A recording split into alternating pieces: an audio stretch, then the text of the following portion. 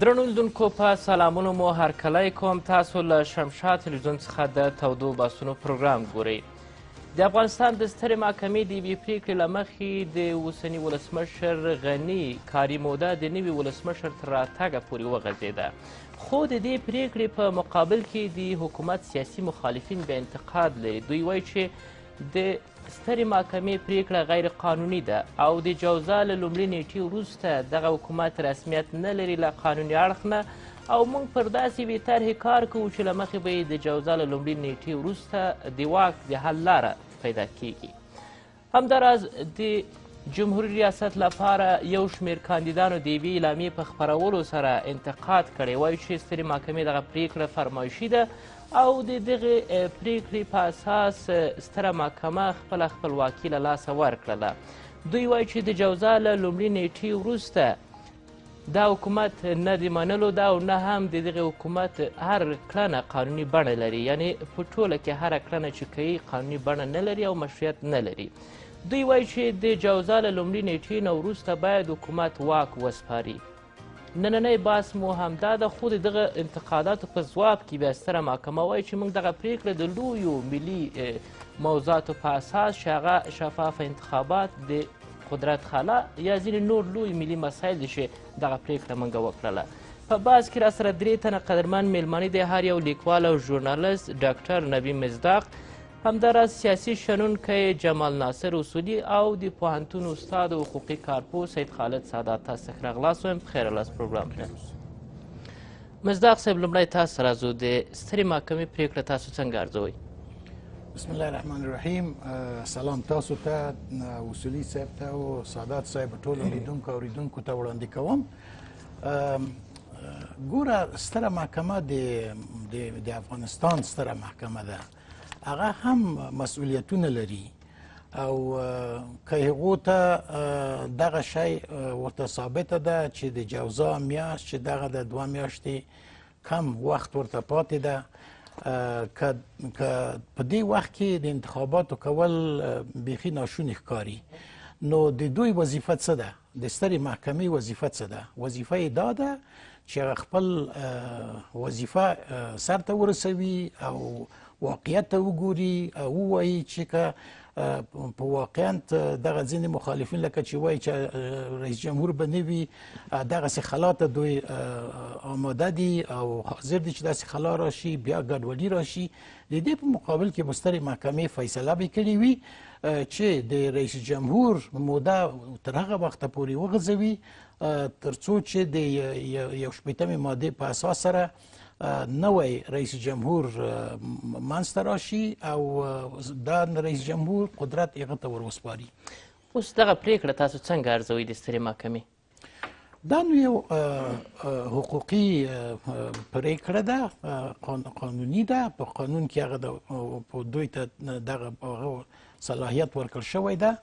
او بل دا ده چې ستره محکمه ډیر داسې موضوعات چې په قانون کې واضح نه وي، هغه د قضایي تفسیر او د حقوقي تفسیر په اساس سره. اما سیاسي مخالفین وایي چې دا یوه سیاسي یا غیر قانوني پریکړه ده چې سترې محکمې وکړه، په دې کار سره دوی خپله خپلواکي تر سوال لاندې راوستله. تاسو په دې اړه څه وایئ؟ نه، ګوره، دا نه تنها چې په افغانستان کې په د وروستیو 2 انتخاباتو کې په 2009 او په 2014 کې همدغسې پېښ شول او سترې محکمې وویل د کرزي موده یې وغځوله. دا همغه ستره محکمه د افغانستان ده چې نن ګوري چې تر جوزا پورې ناممکن ده چې انتخابات وشي، د رئیس جمهور موده یې غځولې. هغه وخت کې عکس العمل نه و لکه اوس چې د حکومت په مقابل کې ده؟ خو نو هغه بیله خبره وه، اوس وضع تغییر کړی ده، جنگ ډیر شدید ده، موږ په خپله جنګ نه، هدف مې دا و چې په هغه وخت کې د حکومت موده وغځېده، په دغه اوس وخت چې ګورو سیاسیون عکس العمل کوي، په هغه وخت کې دوی نه ښود؟ ولې نه ده ښودلی؟ نه، دوی په هغه وخت کې همدغه کسان هلته حاضر وو، لیکن دوی دغسې سیاست کوم نه ده ښودلی. خو ګوره، خبر اصل په دې کې ده چې دوی ټول پوهیږي چې انتخابات خو بالاخره کیږي او رئیس جمهور غني به دویم ځل لپاره هم ګټي او دوی نه غواړي چې رئیس جمهور یې وګټي. ځکه داسې دا بانې دي چې دوی وایي چې سترې محکمې غیر قانوني کار کړی ده یا د رئیس جمهور سره په مصلحت دغسې کار کړی ده. نه، 114 ماده قضایي قوې ته دغه اختیار ورکړی ده چې د رئیس جمهور یا د کوم بل فشار تر تاثیر لاندې رانشي. نو اصلا دوی باندې کوم فشار څوک نه راوستی شي په سترې محکمې باندې او نه باید د فشار باندې دوی راشي، ځکه چې دوی دومره استقلالیت لري، دوی دغه ازادي لري چې د ملک په ګټه، لکه چې دوی ویلي دي که نه چې قدرت خلا را نشي، دلته بیا ګډوډي را نشي. بهتره ده چې موږ یو حکومت ولرو تر څو چې بل حکومت منځته راځي. اما سیاسي مخالفین د دغه حکومت وایي چې موږ پر داسې یوې طرحې کار کوو چې له مخې به یې د جوزانه وروسته چې دوی وایي زموږ دپاره دغه حکومت اعتبار نه لري پر واک باندې حل لاره پیدا کوي. داسې خبره په قانون اساسي کې زموږ نشته چې یو موقت حکومت وي او بوري حکومت به وي. دا په قانون اساسي کې ځای نه لري، دا به غیر قانوني وي. نو دوی دغه څه شی چې سره جوړوي دا به قانوني نه وي. اما دوی وایي چې زموږ هدف دا دی چې باید ولسمشر نه وي، چې که چېرته ولسمشر په خپل ځای وي، انتخابات به له تقلب څخه ډک وي، تقلبي انتخابات به وي، ځکه موږ نه غواړو چې ولسمشر واوسي. خو په رښتیا سره هم چې انتخابات لږ بدنامه شول، اما له بده مرغه دغه کمیسیون د شکایاتو انتخاباتو هغه د اوس بې ځواب وایي، په دوی څارنوالۍ کې دي، محکمې ته به ځي، دوی به د خپلې نیمګړتیاوو ځواب وایي. لیکن خبره دا ده چې د 6 میاشتې چې سترې محکمې دوی ته وخت ورکړی ده، باید د دې نه اعظمي استفاده وشي تر څو شفاف انتخابات وي. د شفاف انتخاباتو په برخه کې ګوره دا ځل د کمیسیون غړي احزاب خوښ کړي دي، احزاب خپل نفر ورته رالیږلي دي.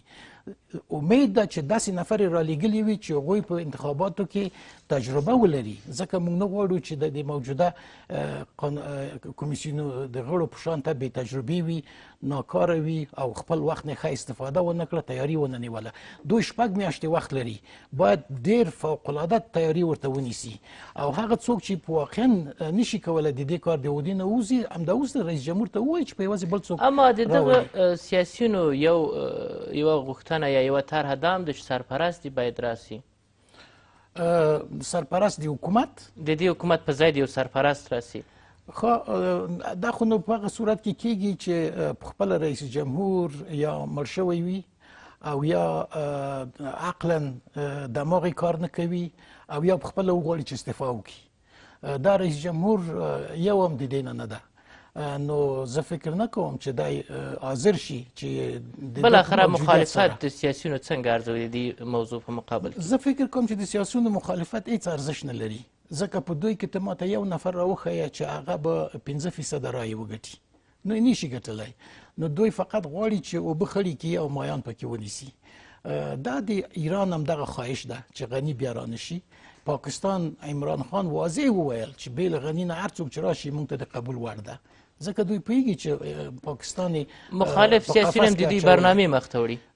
سیاسي مخالفینو ډېر برخه د پاکستان او د نورو خارجي قوو، خصوصا د موږ ته نږدې ملکو د دغو خبرې په مخ بیایي او مخالفتونه په داخل کې افغانستان ته پیدا کوي.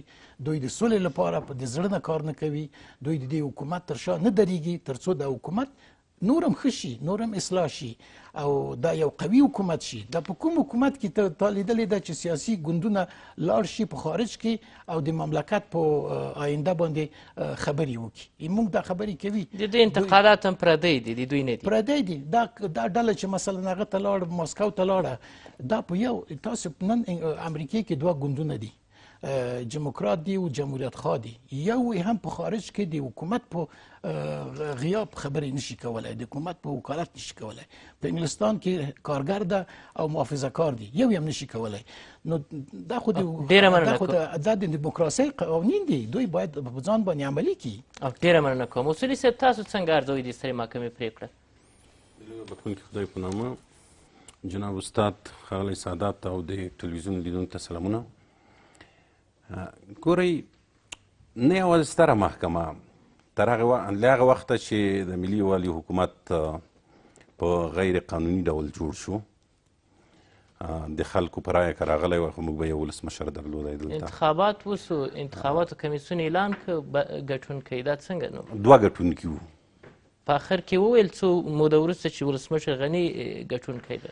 بیا هم 2 وو، تر ننه هم 2 دي. دا جواته ده، موږ 2 ولسمشران تر اخره درلودل او دوی په خپل منځ کې نن 3 درلودی. مشکلات د اولې ورځې وو، د قانون ماتونه د اولې ورځې وه. د دې نه سترګو نشي پټولی. یو حقیقتونه دي او یو هم د حکومت پر ضد باندې او د حکومت ته چلنج ورکول دي. دا ځان ته 2 بیل بحثونه دي. حقیقتونه چې ووایو دغه دي.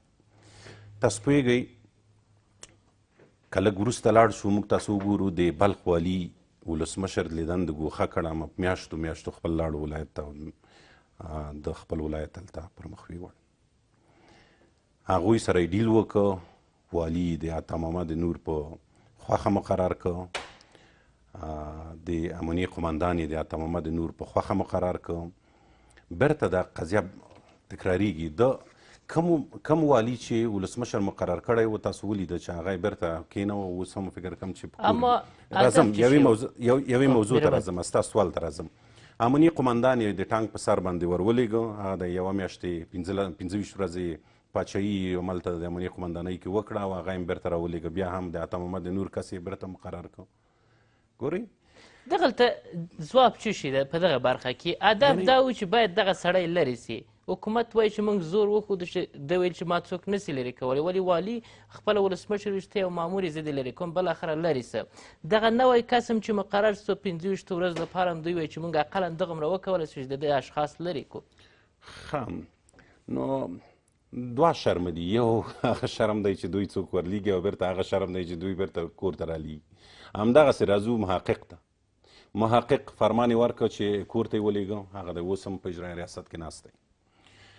په 10 نور موارد دي دلته. دوهمه موضوع د نظام ملاتړ دی. دلته د نظام ملاتړ باید وکړو. د نظام په مقابل کې موږ تاسو وینو چې ډېری سیاسي ډلې چې د پردیو په اشاره باندې په افغانستان کې څرخي او ډالر ورته راځي، تومان راځي، کلدار راځي، په رنګ رنګ پیسې دلته راځي او غواړي چې د افغانستان نظام ته صدمه ورسوي. هغې ته یې نه پرېږدو چې موږ نظام په کار دی. دلته زموږ دپاره غني، زموږ دپاره عبدالله او بل رهبر مهم نه دی. زموږ دپاره نظام مهم دی. زموږ دپاره افغانستان مهم دی. بنان موږ ویلی شو چې د قانون پلي کول د غني صاحب په دوره کې ډېر ستونزمن ونه شو.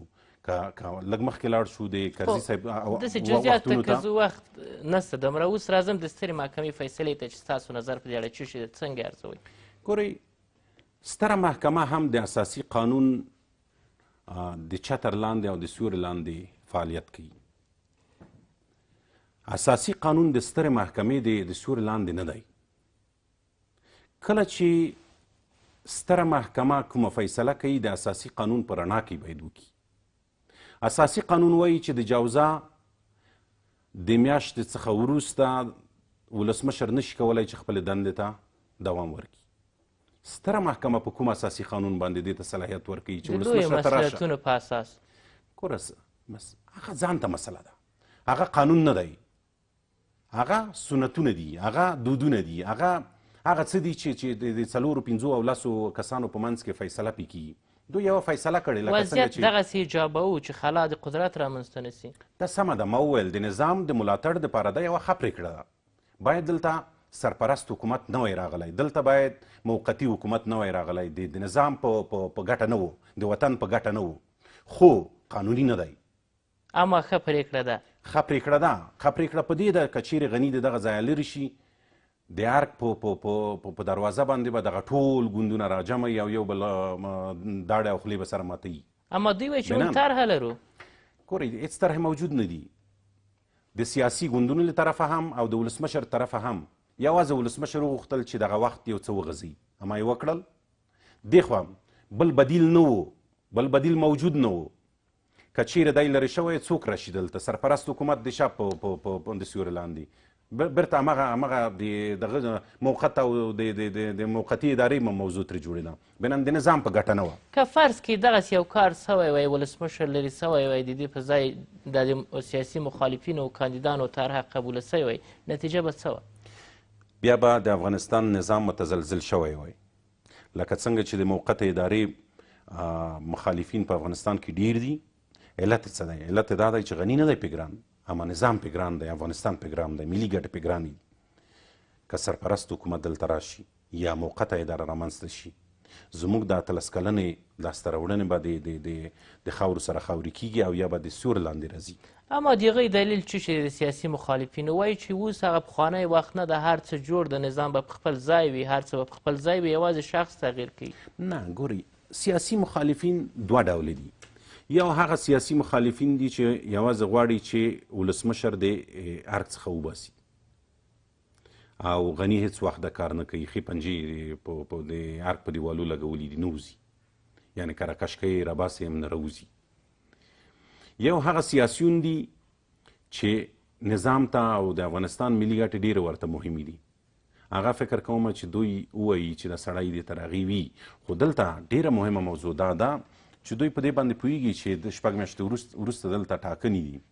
غني د حکومت د پیسو ګټه پورته کوي، د خپل واک څخه استفاده کوي، د خپلو مامورینو څخه استفاده کوي چې چیرته دي، د خپلو ټولو واکونو څخه چې ولسمشر ته اساسي قانون ورکړي، د ټولو څخه استفاده کوي تر څو چې بیرته راشي. اما دلته ولسمشر په بار دا خبره کړې چې زه خپله هم بېطرفه یم، نور به هم بېطرفه یي په دې برخه کې. حتی د کمیشنرانو په ټاکنو کې چې مصداق صاحب مخکې اشاره ورته وکړله چې دغه اشخاص د احزابو له لورې دا یو ښه ثبوت نسي کېدلی. ګوره هېڅ وخت بېطرفه نه دی. د ده په حکومت کې په یوه وړه اداره کې هم چې د ده سره څوک نه وو، هغه یې ټول لرې کړل. راځم یو وړه مثال ده زما د اوري. ډاکټر صاحب موهب چې امنیت شورا ته راغی، د امنیت شورا ټول هغه کارکوونکي چې د اتمر سره یې لاس و پښې درلودل، هغه یې له دندې ګوښه کړل. هغه څوک چې د ده په وخت کې مقرر شوي خو د اتمر سره نه و، هغه هم کور ته ولېږل.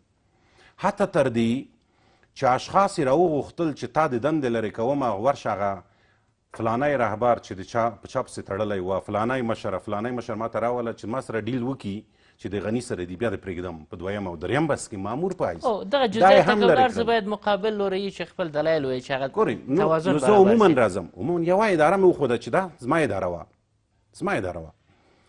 مسله دا ده چې د ډېرو عقدو سره ځینې خلک او ځینې مشاورین راغلل، ځینې برحاله اشخاص راغلل د دغو اشخاصو سره چې د دوی سره نه وو او یا هم متزلزل وو، هغوی ته یې توطیې جوړه کړي، دوسیې ورته جوړه کړي په ډول. یعنې یوې دې موضوع ته ستاسو پوښتنه ځواب وده. موضوع په مقابل کې باید یو مقابل لوري چې لرې سوی هغه عقده‌یي سي.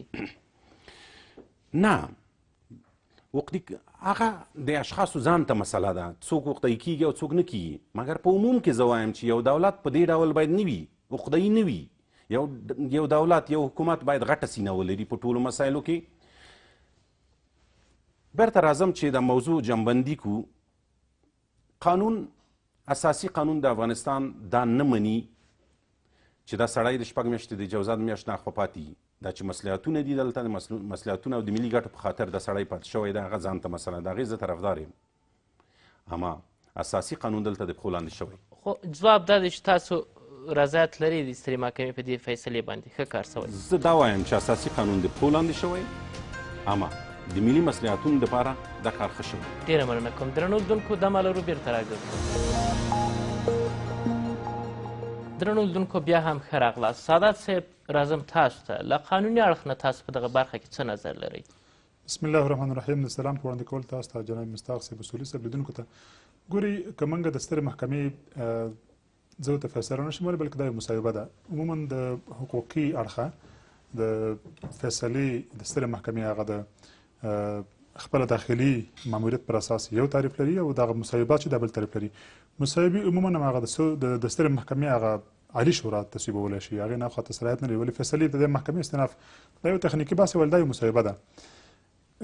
موږ دوه بحثونه باندې باید فوکس وکړو. یو دا ده چې کله عموما داسې ملي موضوعات کې داسې موضوعات کې چې هلته د دې اړتیا وي تر څو د اساسي قانون روښانه شي او د اساسي قانون هغه شکل روښانه شي، ورځو تفسیر ته.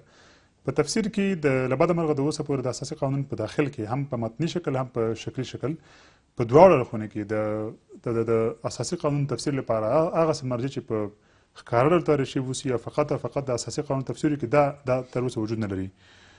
د اساسي قانون 121 ماده فقط او فقط ستر محکمې ته د نورو قوانینو د بین المللي معاهدو او د دې معاهدو او د عادي قوانینو تفسیر د اساسي قانون سره کوي. په مستقل ډول د اساسي قانون تفسیر نشي کولای. همدارنګه د اساسي قانون د تطبیق څار کمیسیون هم د لبد مرغچال ته مست دغه صلاحیتونه مشوره د حکومت ته ورکول، اما د تفسیر صلاحیت هغه هم نه لري. په ټوله کې چې کله د اساسي قانون تفسیر قانوني شکل نه وجود نه لري، یعنی په قانون کې وجود نه لري او په مستقل ډول باندې نو څه باید وکړي؟ موږ نور عرفونه لرو، نور مسایل لرو او هغه د حقوقي اړخ دا قانوني اړخ دی. قانون کې باید هر څه روښانه شي. دویم د حقوقو په اړخ کې رومن جرمنیک سیستم د افغانستان چې اوس په سیاسي تعاملاتو کې ورته استفاده کوي او د زمونږ د سیاسي تعاملاتو خصوصا حتی قضایي مسایلو کې د اسلام او د رومن جرمنیک څخه مختلف سیستم راخیسته دی او دغه مختلف سیستم کې قضایي رویه یو له مهم اصولو څخه ده. یو دویم مسله د قضایي رویې څخه وروسته موږ د رومن جرمنیک سیستم کې یا د نړۍ په دې حقوقي نظام کې د بیسټ پراکټس یا هغه پراکټس چې هغه ښه نتیجه ورکولی شي ولو چې قانون کې وجود نه لري ولې هغه هم تجربه کېدلی شي. او دریمه مهمه مسله دا ده چې قضایي مصلحت په نظر کې نیول کېږي. تاسو وګورئ په اوس وخت کې د دې سترې محکمې مصاحبه دا مستقیما استناد کوي په 1488 کال په قضایي رویه. یعنې قضایي رویه د قضاتو لپاره یو د قابل د استناد مسله ده. په حتی د نړیوالو حقوقو لپاره زموږ مشروعیت یا د نړیوالو حقوقو لپاره یو منبع هم جوړېدلی شي ولو چې فري جنبه ده، ولې یو منبع کېدلی شي. په ملي حقوقو هم داسې یو قضایي رویه د قاضیانو لپاره، قضاتو لپاره او خصوصا د سترې محکمې لپاره ځانګړی اصل دی. د قانوني اړخ په دې ځای کې وجود نه لري. داسې یو صریح نص چې د اساسي قانون یا د سترې محکمې یا د قضایي قوې د وظایفو او د دې لایحو او د واک او صلاحیت او ساختار په اړه چې کوم قانون لري په هغه کې نه ذکر شوي، چا د ولسمشر د دورې تمدید لپاره یا همدارنګه د پارلمان د دورې تمدید لپاره یا په نور مسایلو کې دوی څه کولی شي. دې کې قانوني بحث په دې کې نشته. ولې ټول مطلقه مسله فقط حقوقي اړخ باندې ولاړه ده. قضایي رویې نه استفاده شوې ده. د 1488 کال په دې کې راخیستل شوی دی. 93 کال کې عین مسله د ولسمشر قاضي سره وشوه. تر څنګ ډېر مهمه بیسټ پراکټس دی. یعنې دلته اوس د دې اصل پر اساس که چېرته موږ زو جوزات د جوزا په لومړۍ نیټه د ولسمشر دوره پای ته رسېږي، ولسمشر بل نه دی راغلی، انتخابات نه ترسره شوي، څه باید وشي؟ څه باید وکړو تر څو په دې ځای کې په ټوله کې دې ځای کې ښه پراکټس دا ده چې د دې حکومت دوره تمدید شي. دغه پراکټس پاکستان کې هم وجود لري، د سیمې هیوادونو کې هم شته. نو په دې ځای کې هغه د بیسټ پراکټس مسله هم په نظر کې نیول شوې ده. دلته سیاسي مخالفین د حکومت وایي چې دا یوه فرمایشي پرېکړه وه چې سترې محکمې وکړله.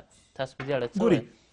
یو مسله دا ده چې موږ په تخنیکي اړخ باندې بحث کوو او بله مسله د سیاسي مخالفینو خصوصا هغه څوک چې هغه د ولسمشر اشرف غني تر وړاندې ولاړ دي او د میزان د میاشتې د راتلونکو انتخاباتو لپاره رقیبان دي.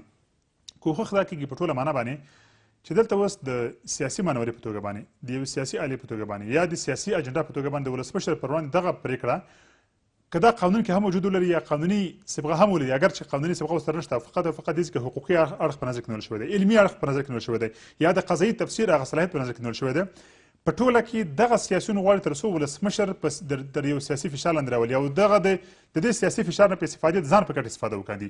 زه په دې باور لرم که چېرته همدغه 11 نفر 12 نفر چې مطرح کېږي او د ولسمشري کاندیدان ګڼل کېږي که دوی راشي او د ولسمشر د دورې د پای ته رسېدو څخه وروسته د جوزا په لومړۍ دوی طرحه وړاندې کړي، زه باور لرم چې ټول کاندیدان دي بیا په دې ځای کې یو په دې ځای کې په دې موافقه نه کوي چې راشي او زه تا دپاره تېرېږم بالاخره په دې ځای کې یو بل نفر په دغه 12 نفرو کې او اگر چې په دا د ولسمشر د دورې تمدید لپاره د سترې محکمې مصاحبه حقوقي اړخ لري، د دې لپاره چې دوی طرحه وړاندې کوي هغه حقوقي اړخ هم نه لري. اما ستره محکمه په دې باندې ګرموي چې خپلواکي له لاسه ورکړله او دا جفا ده له لویو مصلحتونو سره. ګوري د سترې محکمې خپلواکي د اساسي قانون د 114 مادې او د 2 فصل پر اساس حفظ ده. هغه یو خپلواک رکن دی. د ولسمشر د دریو قواو په راس کې قرار لري، صحیح ده؟ اجرایي قوه ده، مقننه ده، قضایه ده. اما دا په راس کې په دې معنا نه ده چې ولسمشر مستقیما پر قضایه قوه دومره فشار راوړي تر څو هر څه د خپل ځان په ګټه باندې ومني. یعنې دا په دې معنا باید تفسیر نشي، دا په دې معنا باید تعبیر نشي او د قانون هغه نص په دې مفهوم باندې نه دی. دلته د قضایه قوه یو مستقل او خپلواک رکن ده. دغه خپلواکتیا ثابته ده.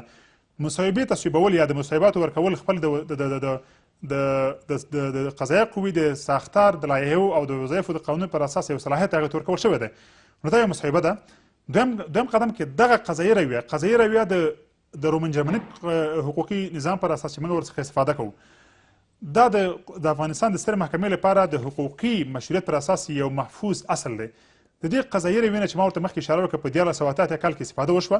هغه وخت کې سیاسیونو مشکل نه درلوده. په 1993 کال کې استفاده وشوه یا په 2014 کال کې د ولسمشر کرزي دوره بیا تمدید شوه د لنډ مودې لپاره او تخنیکي اړخ دا و چې انتخابات ترسره کېږي. اوس هماغه قضایي رویه اخیستل کېږي. قضایي رویه بالاخره په استمراري توګه باندې دا بدلیږي په قضایي رویه باندې. دغه قضایي رویه زه فکر کوم چې مشروعیت لري. زه په ټوله کې ویلی شم چې اوس دغه سیاسیون چې دي او یا سیاسي مخالفین د ولسمشر دوی فقط د خپل سیاسي بزنس یا د خپل سیاسي بازار په توګه قانون نه د وسیلې په توګه استفاده کوي. قانون دوی په نظر کې نه نیسي. دوی کوښښ کوي تر څو د ولسمشر سره یو ډیل ته ورسیږي او دغه ډیل کې د خپل ګټې خوندي کاندي او یا دا اړخ دی. دویم اړخ دا ده چې تر څو خلکو ته همدغه خلک چې اوس مطرح کېږي او کاندیدان دوی په همدې حکومت کې داخل ول تر پرونه پورې په همدې حکومت کې په لوړو پوستونو کار کوو یا د ملي امنیت شورا سره کوو یا په خارجه وزارت کې یا یو بل څوک یا وزیر اوس وتلي یا سفیر دوی وتلي اوس من حیث مستقل کاندید په توګه مطرح شوي دي. تر پرونه پورې نظام مشروع د دوی په ګټه خوندي وي. نن غیر مشروع کېږي. عین مسله په دې کې بیا تکرارېږي. یعنې دوی لپاره فقط خلکو ته وښیي چې ولسمشر د خپل رقیب په توګه باندې د خپل یو سیاسي رقیب په توګه باندې چې انتخاباتو کې سره مطرح کېږي د یو کاندید رقیب په توګه باندې خلکو ته ګرم معرفي کړي، خلکو ته معلومات معرفي کړي. او دغه اوسنۍ مانوره دغه اوسنۍ دریځ د سیاسي مخالفینو زه فکر کوم دا د دوی د انتخاباتي کمپاینونو برخه ده. یوه بله پوښتنه چې یو اړخ ته که راسو همدغه سیاسي مخالفین حکومت ډېر شمېر وایي چې غیر قانوني حکومت ده، اما بیرته بیا دا خبره کوي چې د جوزا له اولې نیټې نه دغه حکومت قانوني وخت پوره کیږي. په دغه برخه کې قانون څه شي ده؟ څنګه تاسو ګوري یو خو د حکومت ته دومره غیر قانوني ورکول چې موږ په بشپړ ډول مشروعیت تر سوال لاندې راولو زه موافقه نه یم، ځکه چې له څو اړخو. یو دا ده چې ولسمشر په انتخاباتو راغی، درسته خبره ده. ولې ولسمشر چې کوم بیا ډیل وکړو دا دغه 15 کلنه دوره یا خپل هغه حیثیت یا خپل هغه من حیث د جمهور رئیس په توګه باندې دغه چوکۍ یا دغه سیستم لږ جریحهداره کوي. اما په مطلق ډول داسې نه ده چې موږ ووایو چې ولسمشر په یو فیصلې پر اساس راغی. دلته رایې استعماله شوې، په دې کې د رایو پر اساس باندې حسابي وشوه. انتخاباتو تر اعلانه پورې هر څه ښه روان و. کله چې ولسمشر معامله وکړه، زه دا خبر لږ واضح کوم چې لیدونکي باید پوه شي، کله چې ولسمشر د ډاکټر صاحب عبدالله سره معامله کوي، په دغه ځای کې بالاخره د خپل حقوقي مشروعیت سوال لاندې راولي. تر هغه وخته پورې چې موږ د من حیث د ولسمشر په توګه یو څوک معرفي کوي هیڅ مشکل نه و. مشکل هغه وخت رامنځته کېږي کله چې ولسمشر معامله وکړه او دغه تعاملات کې بالاخره خپل حقوقي مشروعیت سوال لاندې راولي. یعنې دا په دې مفهوم نه چې کله د نظام یا د دې حکومت توبخې د دې حکومت هغه ابتدا د حقوقي مشروعیت لاندې راځي، هغه د تاریخ قضاوت سپارل کېږي. اما دا د دې معنی نه ورکوي چې موږ د هر څه غیر قانوني وبولو. په دې ځای کې د جزا قانون، مدني قانون، د جزایي اجراتو قانون یا نور هغه قوانین چې هغه زموږ د ژوند پورې اړه لري، دغه د ټول اسناد تقنیني اسناد، یعنې دا ملغیه شي نه. په هیڅ صورت زه فکر کوم چې دلته بیا هم سیاسي مخالفین د ولسمشر یا اپوزیسیون هغوی باید په داسې معقول لار باندې استفاده وکړي تر څو ملت ته د ملامت نشي یا د ملت پر وړاندې ملامت ګرم نشي. اوس وخت دوی د همدې مسلې نه د ولسمشر د ورکړل شوي مصوبې نه فقط من حیث د انتخاباتي کمپاین په توګه استفاده کوي. ډېره مننه. مصداق صاحب، یوه بله موضوع ده چې همدغه کاندیدانو چې اعلامیه خپره کړې، په اعلامیه کې ویلي چې دغه حکومت د جوزا له لومړي نیټې نه وروسته هیڅ کار قانوني نه دی او نه هم د دوی کومې کړنې مشروعیت لري. بله موضوع چې دوی وایي حکومت باید د جوزا له لومړي نیټې نه وروسته واک وسپاري. ولې دا مشخص نه دی چا ته یې وسپاري؟ په دغه باندې ستاسو دلیل څه شی دی؟ دوی هدف څه شی دی؟ چا ته به سپارل کېږي؟ خو ما خو مخکې هم ویل که نه چې تر څو چې په خپله ډاکټر غني دا کار ونه کي او یا د قانون له نظره دی مکلف نشي، دا قوت دا قدرت بل چا ته سپارلی نشي. دا کسانو چې ځانونه کاندید کړي دي دوی به کومه طرحه لیکلي وي، اما موږ خو پوهېږو چې که وخت د دې راغلو چې د دوی نه به کوم یو مشر شي و رئیس جمهور به شي، ته به وګورې چې د ډېرو سرونه به ورغړي او موافقې ته به سره ونه رسیږي. اما دوی وایي چې زموږ دغه یو ځای کېده د وطن په خاطر ده نه شخصي ګټې، چې خپله یو کاندید ما سره ناست و په بحث کې دا خبره وکړله. زه فکر نه کوم چې دوی د وطن خو دغه کسانو چې دغه احزاب او د سیاسیون او دغه کسانو چې ځانونه کاندید کړي دي دوی خپل امتحان خپل وخت کې ورکړی د خلکو ته خلک پیژني د همدې کبله زه فکر نه کوم چې دوی ډېرې زیاتې رایې وګټي یا چا د اشرف غني ته د کوم چلنج په مقابل کې دوی ودرېږي نو دا د دوی خبره ده اما دا د ملت خبره نه ده ملت نه غواړي چې د 1990 کالو ګډوډۍ بیا تر سره لاسته راشي هغه یو ضرب المثل ده چې د نه حکومت نه ضعیف حکومت هم ښه ده یعنی موږ باید یو حکومت ولرو که څه هم دغه حکومت باندې تورونه دي او تر ډېرې اندازې پورې په ځای تورونه دي ځکه چې د ګډ حکومت شو ګډ حکومت هم د یو مصلحت په اساس سره راغلو او هغه هم د یو مجبوریت په اساس سره هغه مصلحت ته تن ورکړ شلو ځکه چې مزار کې به بل حکومت و دلته کابل کې به بل حکومت و جنګونه به و مشکلاتونه به و هغو په یوازې دغه ګډوډي حکومت سره جوړ شلو تر څو تر نن ورځې پورې خو بیا هم یعنی خلق د عوامو له نظره ډاکټر غني په د 4.5 کالو کې څومره لاسته راوړنې لري ولې دومره محبوب ده ولې دا تور نه ایریږي چې سیاسي مخالفین په خلکو کې ځای نه لري ستاسو په نظر سیاسي مخالفین ځای لري لیکن په شرط د دې چې دوی په مغه داخل د قانوني چوکاټ کې دوی خبرې وکړي دوی مثلا نشي کولای چې یو پردي ملک ته لاړ شي او د حکومت په باره کې د خلکو نمایندګي وکړي خلکو نمایندګي دي اما اصولي صاحب ویل چې دغه حکومت تر ډیره پوره غدایي چلند هم کړی ده قانوني کارونه ناقانونه کارونه زیات و نسبت قانوني کارونو ته او بالکل زه په دې یقین لرم چې موږ تاسو هغه دیموکراسي چې په غرب کې ده یا شمالي امریکا کې ده یا لرې ختیځ کې ده موږ هغې دیموکراسۍ ته تر اوسه آماده نه یو ځکه هر شی دلته د مصلحت په اساس سره کیږي مصلحت بالاخره قانون لاندې کوي نو ګورئ تاسو یو غټ جنایتکار راشي او راوی غواړي او بیا دغه جنایتکار دغسې یو کس چې د حکومت په راس کې ده یا حکومت کې مهم شخص ده یا کولی شي چې مثلا نور خلک راوپاروي د هغو لپاره هغه جنایتکار بیرته خپل ځای ته ورلیږي بېوازې دی چې قانون اصولي صاحب د بلخ د پخواني والي موضوع هم رایاده کړله چې دغه یو کس یې که هغه لرې چې دغه کس یې راوستو تاسو په دې اړه څه شی وایاست وګوره یعنې یو څوک به د عطانور نه پوښتنه وکړي چې 14 کاله بس نه دي چې تا دلته حکومت وکړو ولایت دې وکړو ولې حکومت نه غواړي چې ته په خپل یو بل ځای کې کار وکړي او حکومت پرېږدي چې خپل کار وکړي یعنې ته د بلخ د ټولو خلکو داسې نماینده یې چې باید ته چې هر څه ووایې د بلخ خلک ټول هغه ومني داسې خو نه ده بلکې خو ډېر مدني ټولنې نور ټولنې دي چې د ده مخالف دي او یو خو په یاد دي که نه چې د ده زوی دغه د مدني ټولنې د یو غړي د شورای د ولایتي شورا د غړي نیم غوږ یې وخوړلو یو یې وړلو نو وخت چې دومره مخالفت تا سره په داخل د بلخ کې وي ته د ځان ته څنګه د حق ورکوي چې زه د بلخ په وکالت خبرې کوم زما خبرې باید ومنل شي زه دلته یو شمېر کاندیدان چې شمېر 11 نفرو ته رسېږي او د حکومت سیاسي مخالفین تقریبا ګواښ کوي حکومت ته چې د جوزا له اول نیټې نه موږ دا حکومت نه منو ګوره دوی به که نه مني هغه قانوني خبره نه ده دا حکومت قانوني حکومت ده او دا حکومت سترې محکمې دې ته وخت ورکړی ده 6 میاشتې په دې 6 میاشتو کې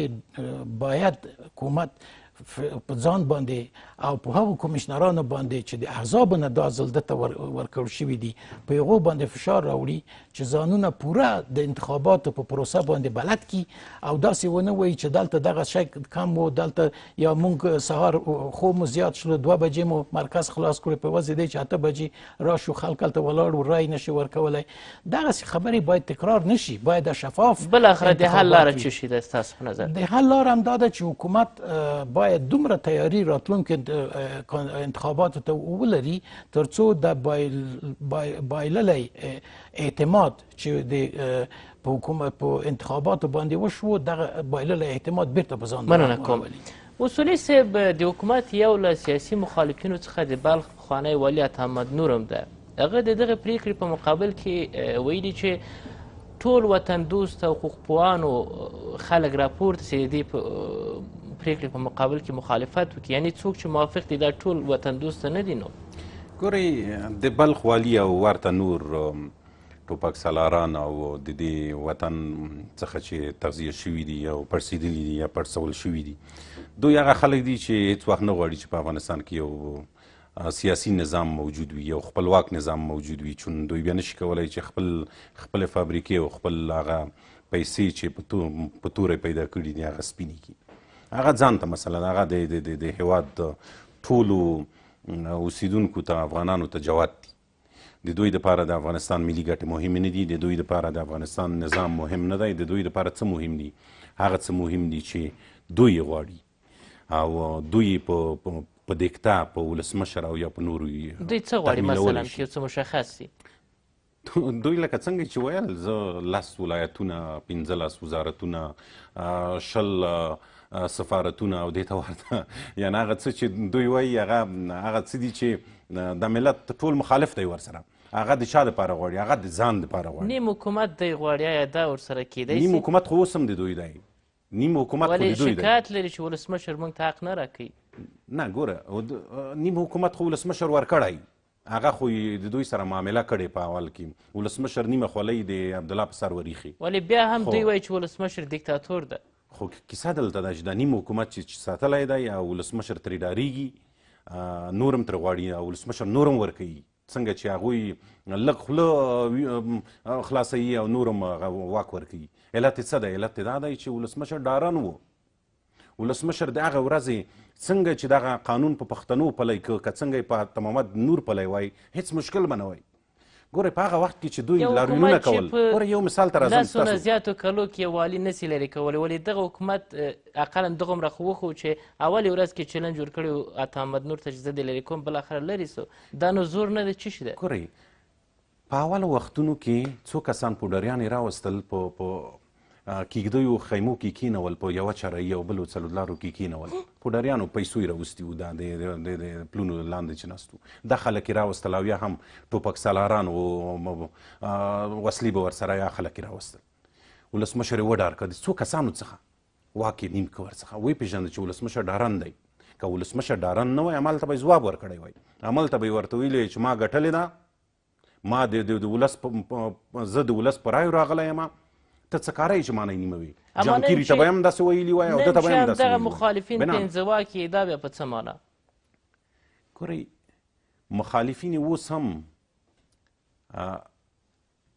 پې زده کړې ده، پرون هم پې زده کړې وه او د فشار هم چې ورکوي علت یې همدغه دی چې ولسمشر غني پېژندلی و او پېژندلی دی. پرون په بلخ کې بیا چوته شوه، تاسو ولیدل چې په بلخ کې د ارګ څخه یې په ټانک کېنوو، سړی یې ولېږه هلته یې د اموني قماندان که خلک یې زخمیان کړل، خلک یې ووژل، مګر 15 ورځې وروسته همغه کس چې عطامحمد نور غوښت همغه یې بیا بیرته کېنوه. دا په څه معنا لري؟ پوډریانو موضوع تاسو یاده کړله، تحلیلونه داسې هم کېږي چې دا له لاسه پرېښودل شول چې نړیوالو ته وکړي چې دغه اشخاص خو دغسې رقم ملاتړ لري تر څو دوی اصلي څېرې را بربنډ سي. فکر نه کوي دا هم یو ښه سیاست و؟ دا هېڅ سیاست نه و، واک یې ترې نیم کړو، 50% واک یې ویوړ اجرای ریاست ته، 50% واک یې ترې ویوړ، عطامحمد نور راجګېږي، د 50% د غني د تلې څخه نور هم غواړي، د هغې نه یې محقق هم غواړي، د هغې نه یې لومړی معاون هم غواړي، دوهم معاون هم غواړي. دلته چې وځپل شول پښتانه وځپل شول، لکه اوس چې ځپل کېږي، دا یې راجګ شي د پښتنو په ولایاتو کې یو کس راونیسي په هغې حکومتداري قوي کوي. خو بالاخره د عطامحمد نور له دې موضوع سره تاسو موافق یاست چې باید وطن دوست او وطن ته ژمن خلک د دې پرېکړې په مقابل کې راپورته سي؟ وطن دوسته سیاسیون په افغانستان کې اوس د 11 چې وینه په دې کې به یو دوه یو دوه نور ټول پدرام دوی دي، ټولو ته معلوم دي چې پدرام دوی دي.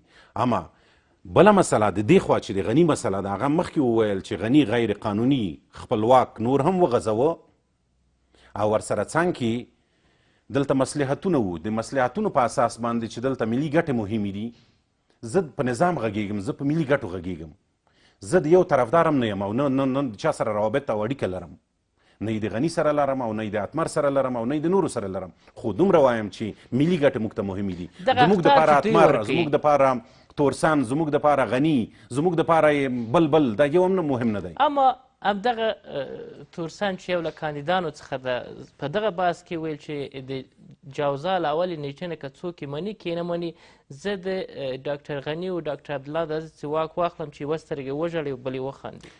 یوه خبرې ته راځم جناب استاد، تاسو یې واورئ. نن په اوکراین کې د اوکراین یو ټوکمار د ولسمشرۍ څوکۍ په 83% رایو باندې په اکثریت وګټله. یعنې زه وایم دا تورسن راغلی وای د دې غني څخه هم ښه و، د دې نورو څخه هم ښه و، د 6 میاشتې د دې کړی وای دا راغلی چې دوی څه کوي، دغسې یو څوک دې هم راغلی وای. دا ټیم چې ورسره د تورسن مني باید راشي، دا تورسن دې راشي او دا تورسن ته څوک چې ورته ورسره په یوه لاره کې روان دي انتقاد کوي، دوی دا مني؟ نه، هغوی کله مني، هغوی کله مني. په عموم کې دا مې یوه ټوکه وکړه، خو خبره دا ده چې د افغانستان سیاست دې حالت ته اوس راغلی.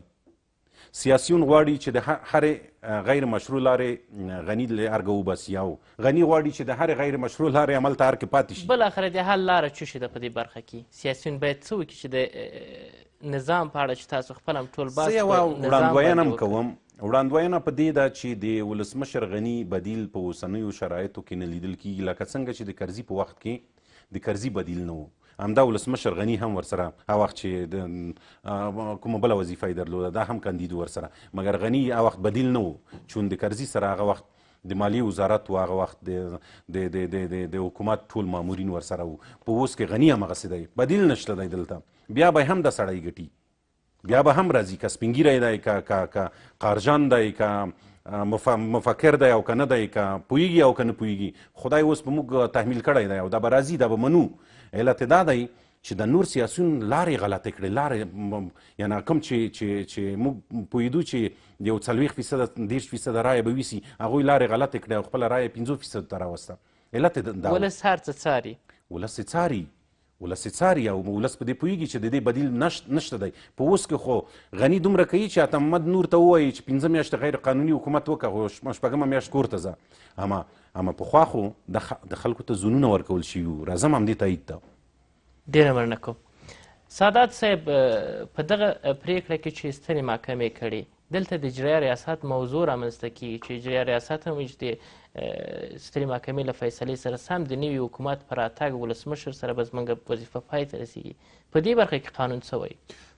اجرایه ریاست د اساسي قانون نه برخه وه، نه پکې ذکر شوی ده او نه د قانون داسې یو رکن دی چې موږ ته اشاره وکړو چې آیا د دې په اړه باندې قانون یا خپله ستره محکمه یا قضیې رویې څه حکم لري. قد اجرایه شتون په خام میاده لپاره بې تفاوت من حیث قانون د یو شاګرد په توګه باندې یا اوس وخت کې هم د پاینده کې هم اوسي. زه فکر کوم فقط د یو مامور په توګه باندې هم د یو سیاسي تعامل پر اساس ولسمشر سره مخکې تللی دی. دا که پاتې کېږي نه پاتې کېږي ښه خبره ده. د اوسني وضعیت سره چې پرېکړه سوې اوضاع څه ایجابوي؟ اوس فقط دغه مصاحبه فقط او فقط د جمهور رئیس لپاره ده، نه د اجرایه رئیس لپاره ده. ځکه دلته دغه شخصیت او حکومي شخصیت من حیث د حکومت په راس کې رئیس جمهور دی، نه اجرایه رئیس دی. او د اجرایه رئیس هیڅ نه وه، د دې مصاحبې هیڅ تاثیر په اجرایه رئیس باندې نه غورځېږي. یعنې دغه مصاحبه د دې مصاحبې هیڅ نتایج نه منتج کېږي چې رئیس اجرایه دې پاتې شي د ولسمشر تر اخره. که ولسمشر اجرایه ریاست منحل کړي څه؟ یعنې زه فکر کوم د قانون تطبیق لپاره به یو ګام اخیستل شوی اوسي. زه فکر کوم چې د قانون د پلي کولو لپاره به یو مهم ګام اخیستل شوی اوسي. په دې مفهوم باندې چې دلته اوس مسله سیاسي ده. دغه مسله څومره چې قانون کې تاسو راواخلئ، د اجرایه ریاست شتون د دې اثرات، د دې نتایج او خپله دغه وجودي فلسفه خپله په دې حکومت کې دا تر اوسه پورې هیڅ قانوني اړخ نه لري، قانون کې نه ذکر شوی. فقط د یو سیاسي حقوقلیک پر اساس چې هغه وخت انتخابات څنګه یو بحران ته لاندې شي، ولسمشر دغه معامله کړې ده، ولسمشر بالاخره دوی سره وضع شوی دی. یعنې په دې مفهوم باندې چې دلته اوس د مصاحبه دغه قضایي رویه چې په اوس دغه قضیې رویه چې په 1988 کال کې بیا 1990 کال کې تر سره شوې ده، اوس بیا محکمه ورباندې حکم کوي.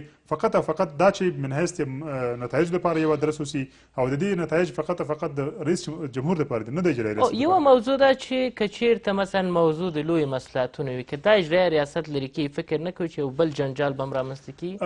د مصلحت لپاره که موږ بیا دا بحث کوو که اجرایه ریاست خوا کېږي نه خوا کېږي، یا د ملي مصلحت په نظر کې نیولو سره یا د ملي ګټو په نظر کې نیولو سره، د دې په فکر کوم ښه بحث به دا اوسي چې اجرایه ریاست دا په دې باندې بحث وکړي چې زما شتون دلته چې ملت اساسي قانون عادي قوانین نظام دا نه باید نو زه ولې دې ځای کې وجود لرم دا باید دا فکر خپله باید دی دا فکر وکړي یعنی هغه اخلاقي مسؤلیت باید په دې ځای کې ادا کاندي دغه اخلاقي مسؤلیت باید په اوله کې ادا شوی اوس یعنې دغه دومره اما د دغې ریاست یو معاون لرې کېږي هغه وایي چې ولسمشر د دې صلاحیت نه لري چې ما لرې کړي بلکې زه د دې صلاحیت لرم چې ولسمشر لرې کړم ښه دا خو یو داسې خبرې وي چې هغه د سیاسي چوکاټ نه وتلي وي سیاسي ادبیات نه وتلي خبرې اوسي موږ هغې بس باید ونه ګرځو زه فکر کوم یعنې زما بحث دا ده چې دغه مصاحبه په هېڅ صورت قابل د تطبیق ته د اجرایي ریاست لپاره نه ده یا د اجرایي ریاست لپاره دغه یو سند نشي کېدلی چې زه د شپږ میاشتې پورې یا تر راتلونکي رئیس جمهور پورې پاتې شم یا ټاکنو ترسره کېدو پورې پاتې شم دغه قانوني بحث په دې ځای کې د اجرایي ریاست لپاره هېڅ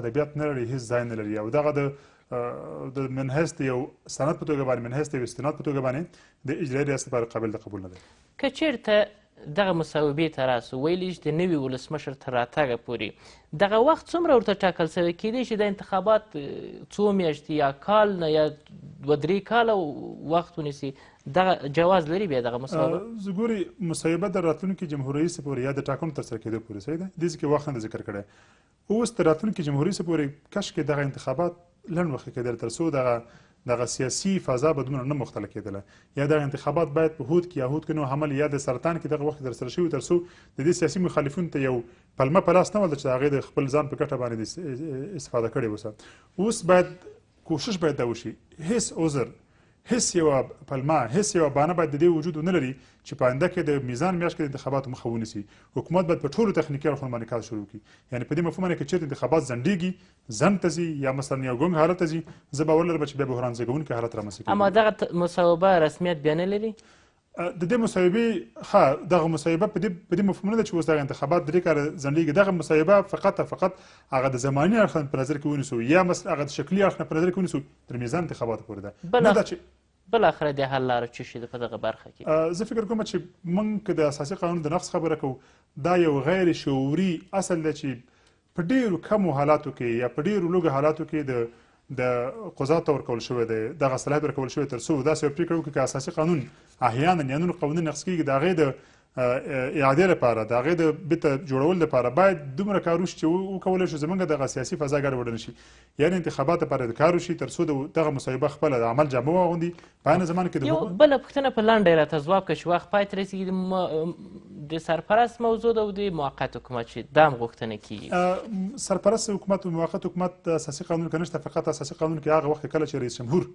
درې سرو حالت دي یا دا چې دویم حالت دی خطرناک دی اول حالت درې حالت دی چې خپل یو وفات شي استعفا ورکړي یا په صعب العلاج مرسیا باندې اخته شي یا په جرم او په جنایت باندې متهم شي بالاخره ځانګړې محکمه محاکمه کوي دغه سرو حالاتو کې د واکس پال کېږي لومړی مرسیال ته اوس که چېرته احیانا په یو وخت کې هغه وخت کې د 2 میاشتو لپاره د ولسمشر لومړی مرسیال فقط یو اسانچاري په توګه باندې کار ترسره کړي تر څو آینده انتخابات ترسره شي انتخاباتو ترسره کېدو لپاره 2 میاشتې انتخابات ترسره شي د سرپرست حکومت هیڅ لفظ په اساسي قانون کې نشته د موقت حکومت هیڅ لفظ په اساسي قانون کې نشته او اساسي قانون په دې کې کله چې د ولسمشر په غیاب کې یا د ولسمشر په نشتون کې د لومړی مرستیال یا دویم مرستیال اوسي فقط یو مشخص بنیاد لري قانون تر پښو لاندې کوي زه فکر کوم دا سیاسي پلمه ده دا سیاسي غوښتنه ده او په دې کې د سرپرست حکومت معنا سره موږ د موقت حکومت نه په 2000 کال کې راوتلي اوسو موږ د موقت حکومت د شکل نه په 2000 کال کې آیا موږ 10 کال بیا شاتل شو آیا موږ 19 کال بیا شاتل شو یعنی په دې مفهوم باندې چې فقط د موقت حکومت تر سره کېدل د موقت حکومت رامنځته کېدل دا د بل چا غوښتنه ده د افغانستان د خلکو غوښتنه نه ده ډېره مننه کوم له تاسو نه دغه د سیمه ییزې مانورې دي دا د ګاونډي هېوادونو مسلې دي موقت حکومت د افغانستان ترخه تجربه چې موږ په 1990 لسیزه کې درلودل 2 میاشتې بیا 3 میاشتې بالاخره په کورنۍ جنګ باندې منتج شو یا په کورنۍ جګړه باندې ووښته یعنې د موقت حکومت یوه ناکامه تجربه بل په قانون کې ځای نه لري بل د افغانستان د خلکو لپاره دا قابل د قبول نه دی د موقت حکومت شکل د موقت حکومت جوړښت د دې ظرفیت نه لري تر څو انتخابات سوله دغه مسلې مخ وړاندې ویسي له تاسو ټولو نه مننه درنو لیدونکو تاوده بحثونه پر همدې ځای سرته رسېږي د خدای په امان